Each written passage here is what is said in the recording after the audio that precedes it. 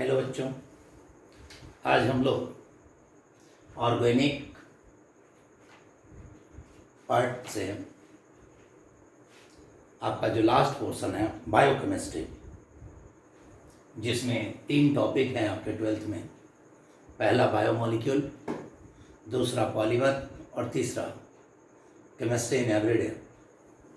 ये तीनों टॉपिकों को डिस्कस करने की ओर चलेंगे। इसमें सबसे पहला जो टॉपिक है हम लोग जो है आपका बायोमॉलिक्यूल, जिसे हिंदी में जैव अणु कहते हैं। अब ये देखिए बेटा, ये आपका 14 यूनिट है, 14 चैप्टर है। इस चैप्टर में हम लोगों के पास जो कंटेंट है मेन, जिसको हम लोगों ने डिस्कस करना है, वो है पहले तो हम लोग इसका परिचय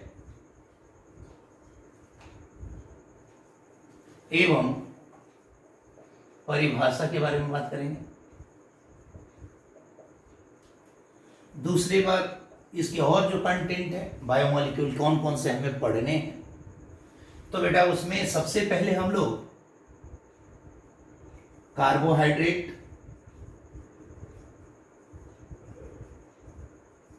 प्रोटीन, विटामिन,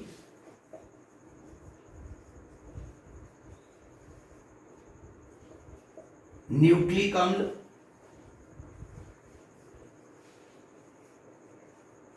एंजाइम,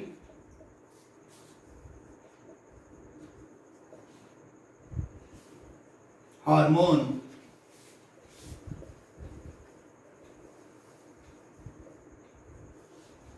लिपिड एवं वसीय अम्ल या लिपिड अलग पढ़ लेते हैं, वसीय अम्ल भी बोलते हैं इसे। इन सभी टॉपिकों को हम लोग इस चैप्टर में मेंटेन करेंगे। तो अपने इस वीडियोस में हम लोग केवल इसका इंट्रोडक्शन और डेफिनेशन के बारे में बात करेंगे। बायोमॉलिक्यूल का इंट्रोडक्शन और डेफिनेशन। तो सबसे पहले हम लोग यही चीज लेते हैं। बोर्ड में और खासकर अभी हाल के दिनों में मेंस में इसका बड़ा वैल्यू बढ़ाया हुआ है। हम अक्सर इसके क्वेश्चन आ रहे हैं लगातार, और नीट का तो फेवरेट टॉपिक है ही। तो सबसे पहले हम लोग लेते हैं, ये आपके पास है जैव अणु।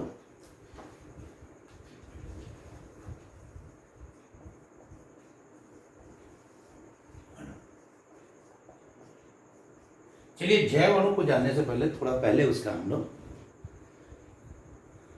ब्रीफ बेसिक क्रिएट करते हैं। देखो बाबू, सजीव यानी लिविंग थिंग्स जो होते हैं, लिविंग बॉडी,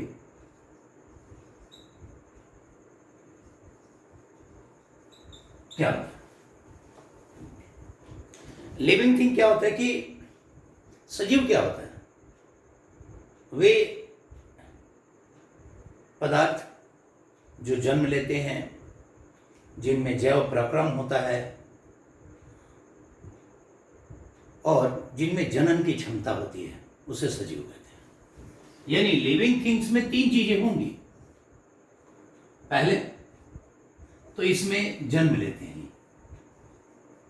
जन्म लेंगे, इनमें जैव प्रक्रम होगा। जैव प्रक्रम जैसे मान लीजिए वृद्धि होगा, श्वसन होगा, वृद्धि, श्वसन इत्यादि बहुत सारी चीजें होती हैं। परिसंचरण होगा, बहुत सारी चीजें होंगी। और फिर इसमें जनन भी होता है। ऐसे सजीव कहलाते हैं। ये जो सजीव होते हैं, ये कुछ निर्जीव पदार्थों से निर्जीव पदार्थों से संगठित होते हैं। कोई भी सजीव है, मान लीजिए कि कोई भी सजीव है, जैसे मान लीजिए कि ये इंसान है, ये इंसान का बॉडी जो कंपोज होगा, जैसे इसके शरीर में रक्त है, वो किसी न किसी निर्जीव पदार्थ से ही बना हुआ। मांस है, हड्डी है। अगर मान लीजिए कि ये पेड़ होता है तो इसमें जो लकड़ी है, इसका फल है, इसकी लीफ है, पत्तियां हैं, ये सब भी किसी न किसी पदार्थ से बने होते हैं। और ये पदार्थ जो होते हैं किसी न किसी निर्जीव पदार्थों से संयोजित होते हैं। निर्जीव अणुओं से मिलकर बना वह पदार्थ जो सजीव जगत का निर्धारण करता है या निर्मित करता है, उसी को बेटा जी हम जैव अणु कहते हैं। यानी वे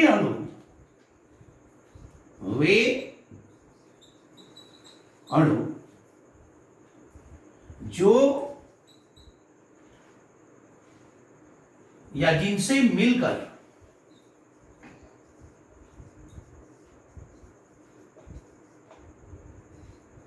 सजीव का निर्माण होता है,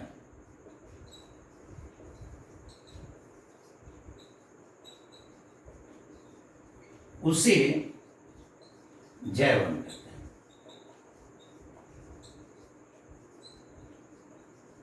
अब देखिए, ये अणु जटिल अणु, यहां पे थोड़ा सा अगर आप मेंशन कर सकें तो कर लीजिए। वे जटिल अणु, वे जटिल अणु जिनसे मिलकर सजीव का निर्माण होता है, सजीवों का निर्माण होता है, उन्हें हम जैव अणु कहते हैं। ये कॉम्प्लेक्स होता है, ये वही सामान्य अणुओं से मिलकर बना होता है। इसका निर्माण जो होता है लाइफलेस, निर्जीव पदार्थ से ही होता है, लेकिन जब ये आपस में संगठित होता है, जटिल पदार्थ का निर्माण करता है, जो कोशिका में एकत्रित होता है, और कोशिका जीवन की संरचनात्मक इकाई होती है। तो ये सजीव का निर्माण करने के लिए जिन अणुओं का इस्तेमाल किया जाता है, उसे हम जैव अणु कहते हैं। इस बात को समझिए। अब मान लिया जाए कि यहां पर मैं थोड़ा सा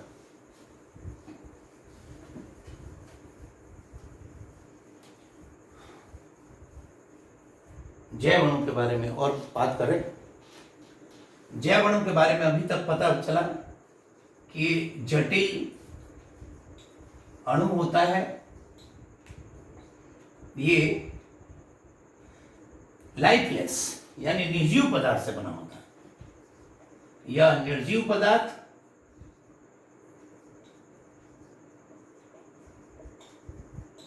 जो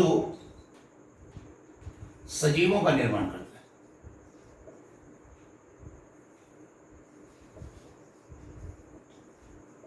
निर्माण करता है ना। अब ये देखिए, इसका जो है यह बृहदाणु होता है, बड़ा अणु होता है। यह एक बृहदाणु होता है। बृहदाणु माने मैक्रो मॉलिक्यूल, बहुत बड़ा अणु होता है, जिसका जो द्रव्यमान होता है, अणु द्रव्यमान, वो 10,000 यूनिट से अधिक होता है। इसका जो अणु द्रव्यमान होता है 10,000 यूनिट से बहुत अधिक होता है। यह जीवन का आधार होता है। जैव अणु जो होता है is the basis of life. यह जीवन का आधार होता है। यह जीवन का आधार होता है। इस देखिए, ये क्या करेगा, ये जीवन का आधार होता है। जीवन का आधार का मतलब ये होता है कि इससे लाइफ बना होता है। यह कोशिका में उपस्थित होता है। जो कोशिका है उसमें ये पदार्थ उपस्थित होते हैं। कोशिका में उपस्थित होकर जीवन को संचालित करता है या जैव प्रक्रम को संचालित करता है। जैव प्रक्रम को संचालित करता है।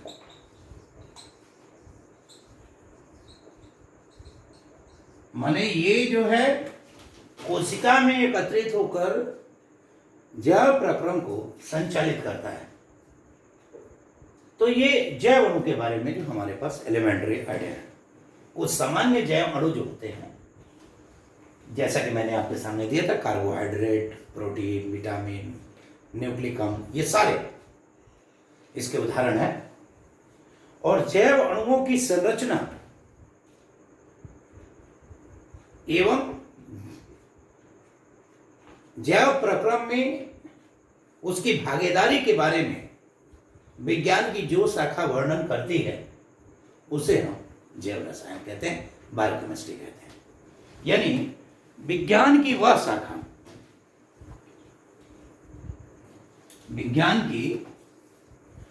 शाखा, जिसमें जैव अणुओं की संरचना एवं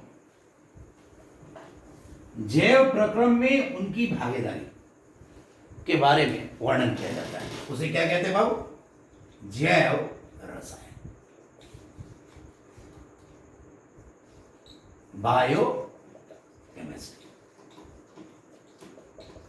ये देखिए यहां पे जैव रसायन जो है, बायोकेमिस्ट्री वह शाखा जिसमें आपका जैव अणुओं की संरचना एवं जैव प्रक्रम में उसकी भागीदारी के बारे में वर्णन किया जाता है।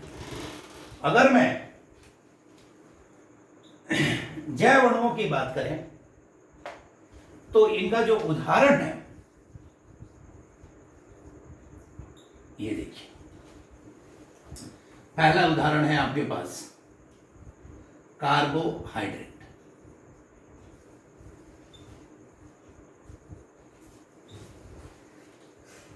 कार्बोहाइड्रेट जो होता है ये आपका ऊर्जा अणु है। ऊर्जा अणु, इससे हमारे शरीर को ऊर्जा मिलती है। जो पादप शरीर होता है ना, पादप शरीर का 70% भाग यही कंप्यूट करता है। भाग इससे बना होता है, इसी से निर्मित होता है। दूसरा ले लीजिए प्रोटीन। प्रोटीन जो है जंतु शरीर का संरचनात्मक इकाई है। यह इसे हम लोग कहते हैं स्ट्रक्चरल यूनिट ऑफ, मतलब बिल्डिंग ब्लॉक ऑफ लिविंग या एनिमल। ये जंतु का शरीर, जंतु शरीर का संरचनात्मक इकाई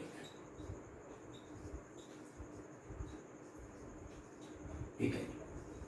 जैसे हमारे शरीर में खून है, मांस है, ये सब प्रोटीन से बना होता है।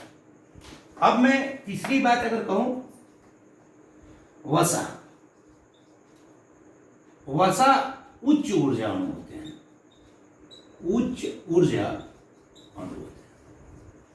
माने इनमें ये भी ऊर्जा अणु है, चर्बी, फैट, कोलेस्ट्रॉल, ये सब वसा के रूप।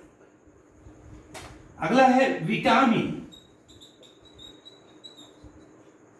देखिए विटामिन जो है ये वह जैव अणु होता है जो बहुत अल्प मात्रा में हमारे शरीर को चाहिए होता है। ये शरीर के सामान्य शारीरिक विकास, शारीरिक विकास एवं सामान्य शारीरिक विकास एवं प्रबंधन के लिए आवश्यक होता है।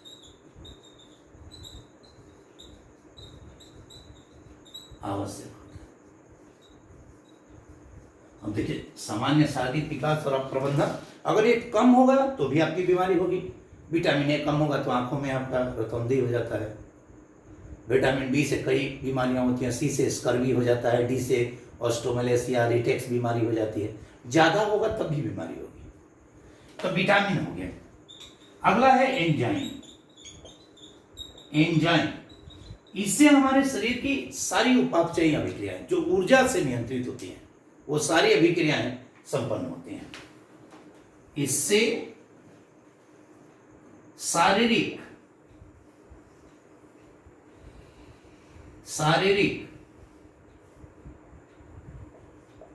उपापचयी अभिक्रियाएं, उपापचयी अभिक्रिया संपन्न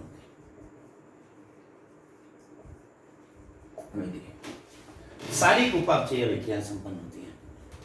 छठा बात है हार्मोन। हार्मोन जो होता है, हार्मोन ये जैव प्रक्रम को नियंत्रित करता है, जैसे श्वसन, पाचन, जनन, इन सबको हार्मोन नियंत्रित करता है। ये जैव प्रक्रम को नियंत्रित करता है। अच्छा, सातवां अगर देखें तो न्यूक्लिक अम्ल। न्यूक्लिक अम्ल, अब ये देखिए, यह अनुवांशिक, जैसे हमको अभी बंदर का बच्चा बंदर, आम की गुठली से आम का पौधा बनता है, कुत्ते का बच्चा कुत्ता।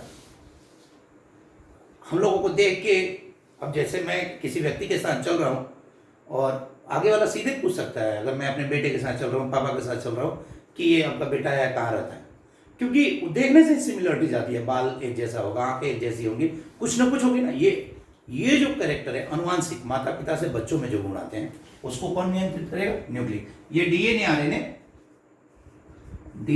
आरएनए ये अनुवांशिक गुणों को नियंत्रित करता है।